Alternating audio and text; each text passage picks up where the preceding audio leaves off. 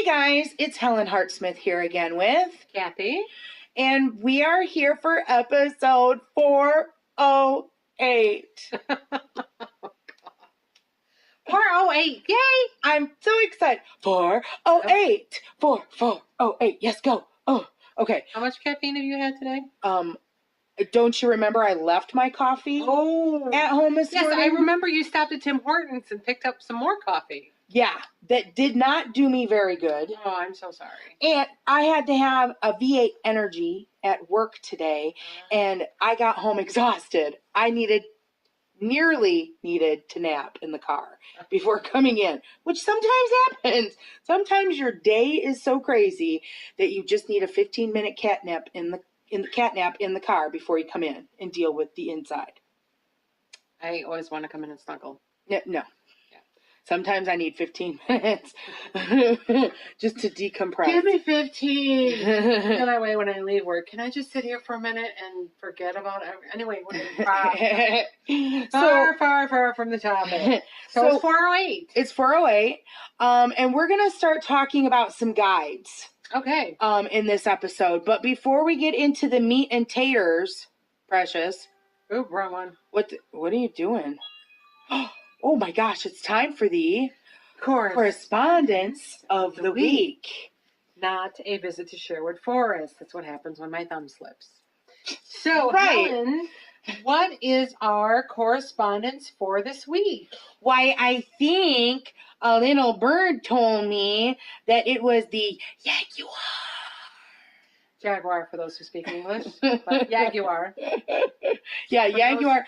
That's a Kevin Bacon-ism. It's a Jaguar commercialism because that's how they pronounce it. Okay. Jaguar. So, Kathy, what do you know about the Jaguar? I know the Jaguar about the Jaguar as an animal guide. Yes.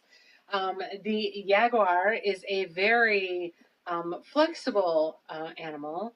They are all about reclaiming power and the fruits of labor. They are one of the most, it's not flexible, but it's that other word that means flexible. Dexterous? They have a variety of things that they do. They'll hunt in the water. They'll hunt in the trees. They'll hunt on the ground. They do so well in so many environments that it is a symbol of mastery over dimensions where others cannot survive. Interesting. Yes. They have great mysticism and significance and appearance.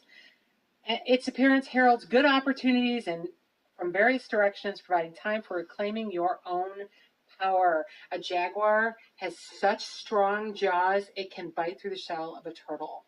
Yeah. And if you want to watch something really neat, go Google videos on jaguars catching and killing crocodiles. It is awesome.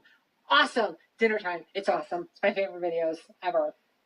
You are so morbid. Oh, I love jaguars. It's just, I love the kitties. Okay. So in addition to all that she regurgitated out at you, those who work with this totem have a good command of language. I'm right there. Although their words have a tendency to cut, tear, and shred others apart. I'm sorry. Learning proper communication skills is important for those that hold this animal medicine. So yeah, the jaguar is a pretty groovy cat, so to speak. They are. So that is our correspondence of the week. So, as I stated, we wanted to talk about, we're going to start not necessarily a series, but possibly a lengthy discussion that may or may not span multiple episodes based on how long-winded we get. And we can get long-winded. So we thought that we would start the discussion by talking about animal spirits, animal guides. And so I think before we even, get into animals specifically, I think that we should, in general, maybe lay some groundwork for guides? Like, why do we need guides? Yeah, so we kind of talked about guides a little bit in a previous episodes. I don't know which one, where we talked about the care and feeding of gods and patron gods and goddesses. That would be episode 303, and I will link that in the description box. Episode 303 is, yes, where we talked about our patron deities that you and I each individually work with, and how we work together. Yeah, thank you. That was in my eye. Killing me, Smalls. No, you were killing me.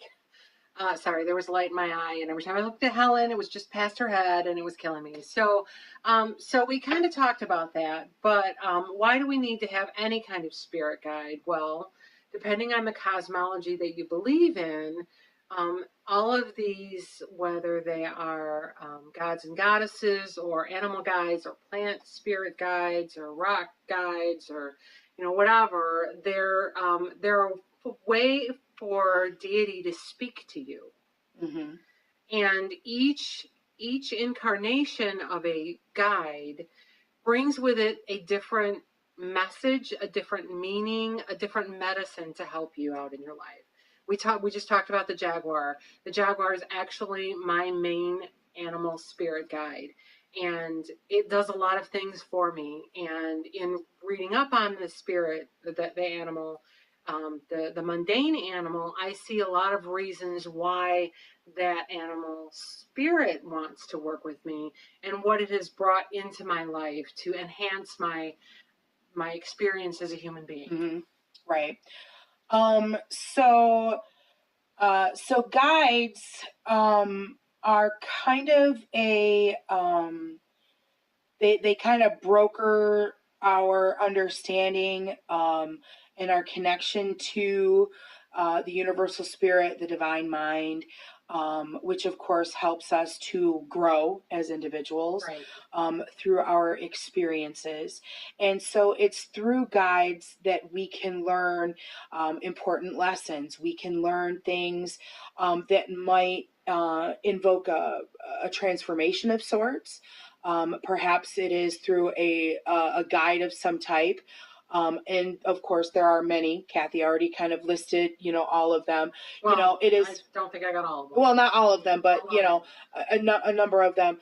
A transformation could be, making, getting in touch with the divine mind, or an angel or something like that, and brought you to this realization of what your path is. Right. Those are transformative experiences. You could also, for example, Blue Jay has to do with communication. Mm-hmm. So if you're having problems with communication or expressing yourself, you can ask Blue Jay to work with you to help you to improve in those areas. And that betters your existence. Right. So an animal, can work with you, or any other kind of guide can work with you to help you better yourself. Right. Or can come to you and say, hey, it's time for you to do this. You need to better yourself. Mm-hmm. And I think that, that's a pretty good kind of overview as to why to work with spirits. Right. And it's not just animals. It's right. There's a wide variety of them out there. Right. And so I think that we can now kind of turn our attention a little bit towards, animal spirit guides in particular. Right. And I think for me, I knew about spirit guides before I even came to witchcraft. I was exposed to Native American spiritualism while I was in college, and so I'm not saying that it's coming from Native American spiritualism, but I really look at shamanism as where you really see a lot of exposure to working with animal guides in particular. Right. Okay. So as I said, Native tribes they definitely were in touch with animal spirits, and they looked at the information that could be gained from them as medicine. It was referred to as medicine, whether that was like healing medicine if somebody was sick, or medicine as far as gaining knowledge, gaining world experiences, gaining skills that it took for you to become, a positive member and asset to the tribe, like hunting, Right. Gathering things of the, making a Parenting. shelter and Right. things like that. And so it's a wisdom. It was looked at as a wisdom to the people. So animals. I've got a ton of notes here because I've done numerous talks about, animal guides, because for me, I have a lot of animal guides. Yeah, so specifically with shamanism, and some Native American, although it could be argued that Native American leans toward the shamanistic. Well, yeah, I believe that Native American spiritualism is a shamanistic tradition, for quote unquote, for lack of a better word. So one of the things that is common in those types of belief systems is that you have an animal guide for all of the directions. Mm-hmm. So you have it for north, south, east, west, above, left, below, right, above, below, center. And Helen, through her training with the Temple of Witchcraft, went through the year of the year 3 that was the Temple of Shamanic Witchcraft. What I was trying to work. Yeah. So in that year, you're encouraged to find all of these directional animals. Right. And I have done some work on it, not as extensively as Helen has. What I find really interesting, especially when I found my first animal, was I have always been drawn to cats. Cat is my nickname. I've always loved to have cats. And unsurprisingly, I have several totems that are a form of cat or another. So if you find yourself drawn to a specific animal quite a bit, if you have images in your house, if you have one as a pet, if you like to watch documentaries about one, then it's highly possible that could be one of your spirit guides. Right. So I think that probably the most popular way that people look at working with animal guides is they look at them for the qualities that they show in the world.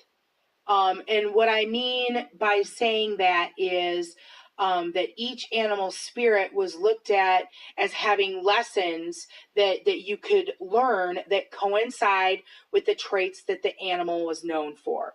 So, for example, if you wanted to be more cunning in how you hunted, perhaps, or how you deal with people, then maybe you want to work with a fox spirit.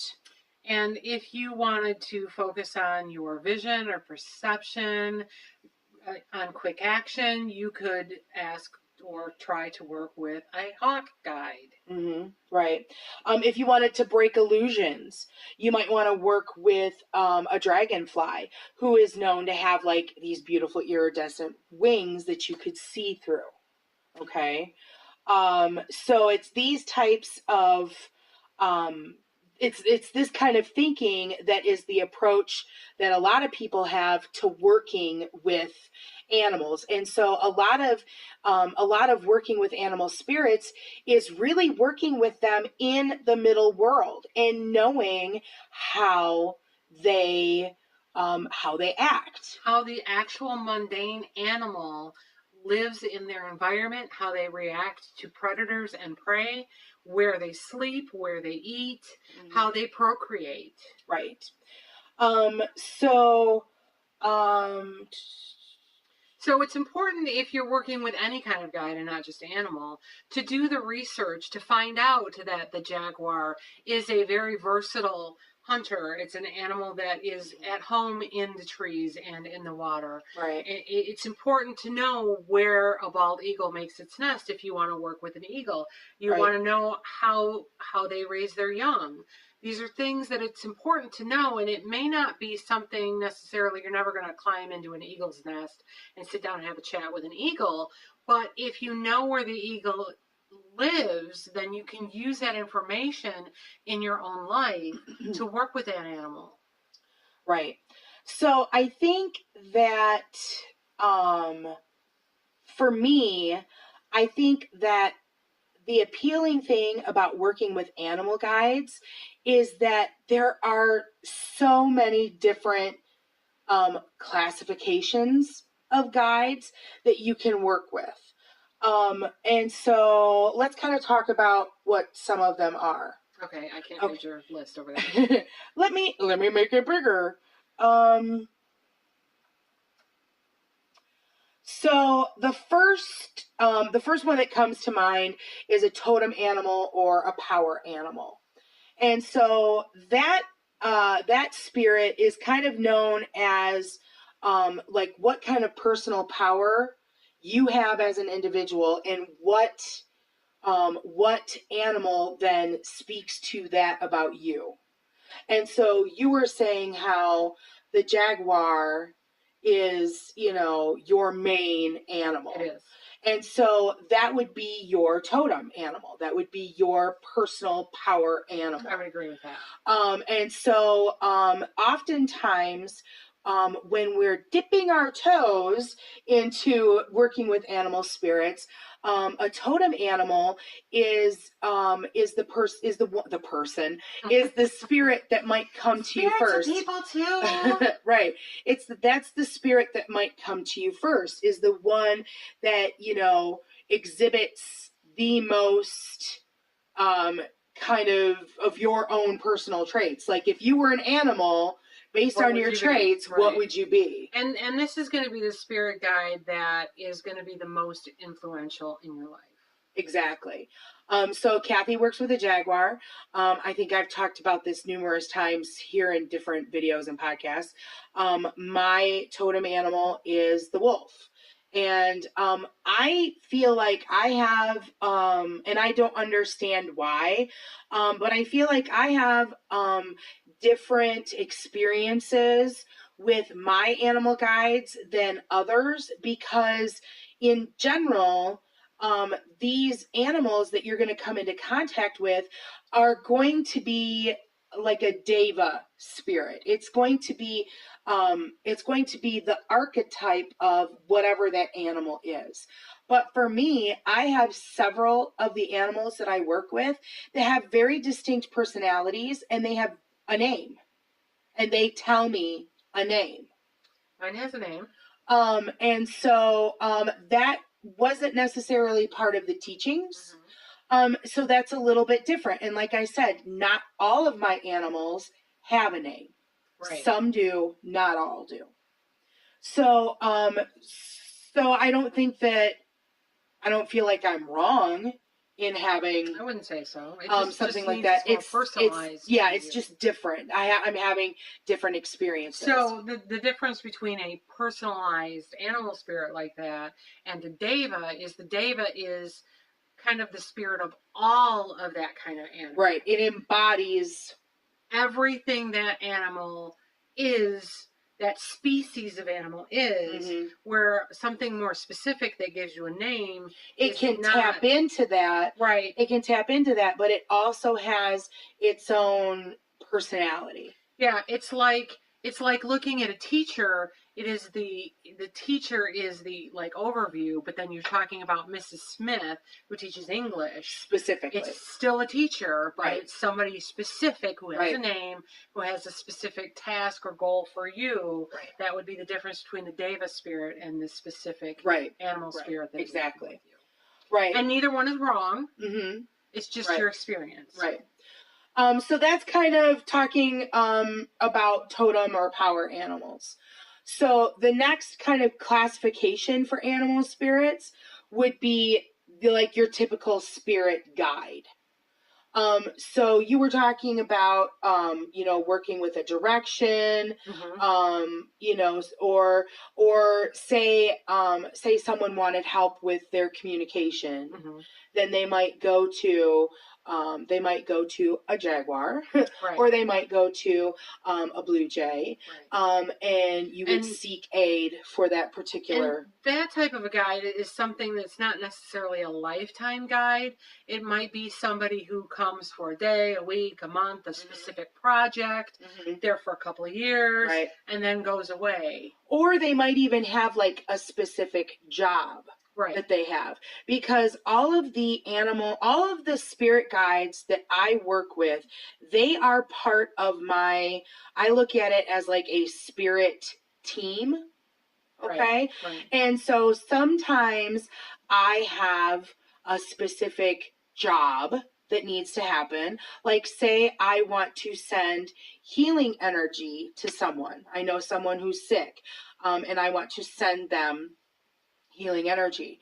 What I might do is I might ask Eagle, who is part of my team, Eagle, could you take this energy for me and take it to so-and-so? Right. Or if I'm working with higher self connections, if I want to try to get my higher self to connect with someone else, then I might ask Eagle to take a message. Right. For a connection to that person. Right. And sometimes those jobs have to do with whatever their traits are as an animal. Right. Okay. I have a bear who is my protector. Right. You know, so she's guarded me in journeys. It makes sense to ask the animal that is associated with whatever task needs doing to do that, because they're going to be better at it. Right. You're not going to ask a plumber to roof your house. Exactly. They're going to know the ins and outs of getting to whatever, you know, if they're being a messenger, right, or what have you, you know, how to get there, or if they're protecting you, then if they know that you're in journey, then they know when to be around. Right. If they sense that something, you know, if they're having a spidey sense about something, then, you know, that kind of thing. Right. So yeah, so that's part of your team, and that is your spirit guide. Whereas your totem animal is a spirit guide that's part of your team, but your totem animal almost has that. I don't want to like put one above or anything like that, but it's like the boss of the spirit animal. Well, and I don't even know if it's that, but there's a deeper connection that's there. Whenever I go into meditation, my wolf is right there next to my side. I physically feel that wolf with me every time I enter into meditation. I might not see I might not see a member of my team for months, but if I need something, then they're there. Right. Okay. So that's they're still part of the team, but that totem animal is just a little bit more interactive. More a part of you. Exactly. Right. Exactly. Yeah. So another animal guide would be familiars. Right. So this would be an animal that you could physically touch. Usually it's a pet. Mm-hmm. It's one that you have a deep connection with, that you can on some level communicate with, and will on some level aid you in your working. Right. Now, I have personally never had a familiar. We didn't have pets growing up, mostly because my brother had allergies. And we lived in apartments, so we were never in a situation where we could have a pet. So I have not experienced a familiar relationship. Right. Have you? I have never tried to develop one. I'm pretty close to Nala, who is, of course, one of my cats. But I'm close to all cats. So I haven't really sat down and had a chat with her and said, hey, are you my familiar? Although there's a meditation I need to do for this month's Inner Temple, that I'm going to try to check that out. So I know that she has in the past hung around when we've done ritual, but that may or may not be just her being nosy. Because she's nosy. and we're at Helen's today recording, so she's not here to drive us crazy. Right. So One thing that's not in my little file here that I wanted to bring up, there's another classification too that I don't always get, but I thought I'd bring it up. Are you familiar with the term fetch? Yes. So fetch is another thing, and as I understand it, a fetch is an animal spirit that doesn't have to be an animal. Well, I think it's generally an animal, but I've seen it referred to as not an animal. So it's a task that you want to have done, and the spirit comes or is created to do this task. That's what my understanding of fetch. No, that's not my understanding of fetch. So a fetch is an animal that you physically resemble. Really? Yeah. And see, I don't get it because I don't understand how, you know, sometimes if I don't sleep well, I might have dark circles under my eyes. Does that mean I'm a panda? You know what I'm saying? So like I said, I never got it. It was part of temple teachings, and I don't even remember. Yeah, that's not what year. That's not what my definition is that I have come across. What I have come across, fetch is a new. Oh, look, here's one in folklore. Supernatural double or an apparition of a living person in Irish folklore. Yeah. Largely akin to doppelganger. So I get where you get that definition. Yeah. But that's not the definition that I have heard of a fetch before. Yeah, and like I said, I don't remember what year we talked about it. It might have been that shamanic year, because that's when all of the animal stuff came out. But I don't remember for sure. But that is. So if it's one that you resemble, what does it do for you that you resemble it? Well, see, that's what I didn't get. Like how it like if I look like a panda, then does that, even though that didn't make sense to me. Okay. So yeah, that's why I don't talk about it too much, but I thought I'd bring it up here just because we were talking about all of that stuff. Again, that's not my understanding of what a fetch is. Yeah. So my understanding again is a spirit that you create to do a task or a. No, see, I think of that as a golem. Yeah, that's not my understanding. Because that comes from Jewish mysticism. Right, but that's crafted of clay, and there's specific spells involved with that, but that's not my understanding of it. But the fetch would then go do what it is that you task them to do, and then return with whatever you needed or wanted or whatever. Right. So we'll have to do some more investigation. Maybe we'll do a podcast to let us know if you want it. Yeah. If somebody knows, then maybe you can let us know in the description box. Right. Or in the comments, sorry. Sorry, so, yeah. We're trying to Google this at the same time. Yeah, and talk at the same time. So anyhow, the only other thing that I wanted to bring up about animals that I think is important to note, especially for someone who's not worked with animals before, is that animal guides can be real or mythic animals. Yeah, so you can have a unicorn animal guide. It happens, people. You can do it. Right. And they act like real animals found in the world, and therefore you should respect them as such. And again, you can still do the research, even though they're not actual mundane animals. There's a lot of mythology around dragons or unicorns or other mythical creatures that you can figure out, what they were known for. Where did they live? Where were they said to have resided? What did they eat? Right. You still want to do that kind of research, because not only is that showing respect for that creature, but respect for them coming to work with you. You want to learn about them because they're learning about you. Right. It's a reciprocity. Right. Exactly. Relationship. Exactly. Yeah. So, I just wanted to kind of point that out. So this is like just a real kind of overview of, So we talked about if you have an animal that you work with, that you like to watch, you like to have, you have images of, that's a really good indication that it may be. Yeah, so here's where we start talking about the rule of three. But this is not the rule of three you're thinking. So if you're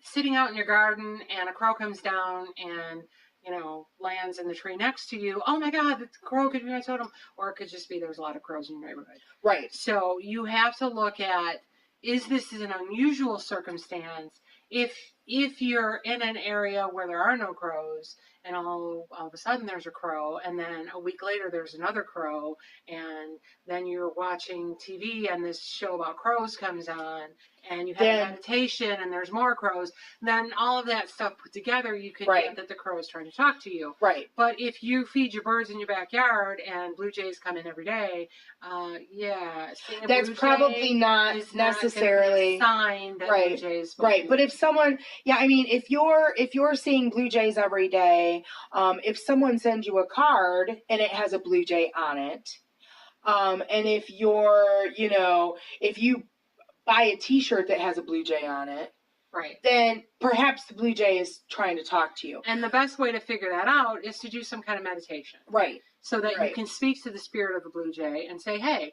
are you trying to talk to me, or am I just getting my wires crossed? Right. Yeah. So those are some kind of helpful hints, is look for things in threes. And this kind of holds true to any spirit. Not just animals. It could be the same thing with a patron god or goddess, or a stone or plant, which we'll kind of talk about that a little bit later. Because we're already over half an hour. I think this one is going to be about spirit animals. Yeah, this one's going to be about spirit animals. So look for threes, and the easiest way to make contact with the spirit is through meditation. Is to go into meditation with the intent of making contact with a spirit that is willing to work with you for your highest good at this time. And that's the intent that you need to have. And then see what happens. Play it out and see what happens. I mean, it might prove to be something that's a short term. It could be it could lead to a lifetime something. Right. And the thing to do is to ask, are you willing to work with me for this? Or are you willing to work with me long term? Exactly. And we've talked about how you might want to work with, say, Blue Jay for communication. You can't just say, Blue Jay, I'm going to work with you. Right. You have to say, hey, do you mind? Can we work together? Right. And you can't just say, I want you to do this for me. You also have to say, hey, Blue Jay, if you help me out with this, I'm going to start feeding the birds in my backyard. Right. I'm going to start doing this for you. Or what can I do for you? Or what can I do for you? And you have the ability to bargain. Right. If something is suggested to you and you don't feel it's safe, or you feel like it's too much, then you have the ability to say, okay, well, I'm not comfortable with this, but would you be okay with this? And that's okay. And it's okay to turn down a spirit if you can't come to an agreement. Right. If you can't work with Blue Jay because they're asking you to start a Blue Jay rescue thing that's going to take all of your time and all of your money, and they won't accept anything less, try a different spirit animal. Right. So there's some thoughts to think about. If you've got any questions, then let us know. And we'll try to help you out as best as we can based on the information and the knowledge that we have. So before we totally wrap this up, let's talk about some books.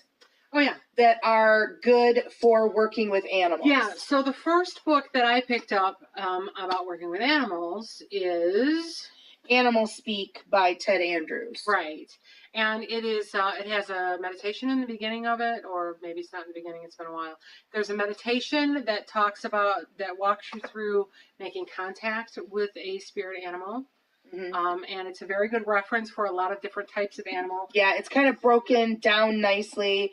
Like mammals are grouped together, birds are together, and I think everything's kind of alphabetical within those sections. So it's quite easy to use. He went further and did a second book called Animal Wise, which has talking about the spirit language and signs of nature for animals. There's also a pocket guide. Yeah, it's like really small. I have it somewhere, but it's like seriously fits in a pocket. And there's not a lot of animals in it, but it's got like a lot of the popular ones. And he also has a deck the Animalized Tarot, which I saw this last weekend, would like to pick up. I thought about it, but I've since gotten other ones that are filling that need for me. Yeah, well, I don't have an Animal Tarot or an Animal Oracle deck, so thought about picking that one up. So that's Ted Andrews. He's got several other books.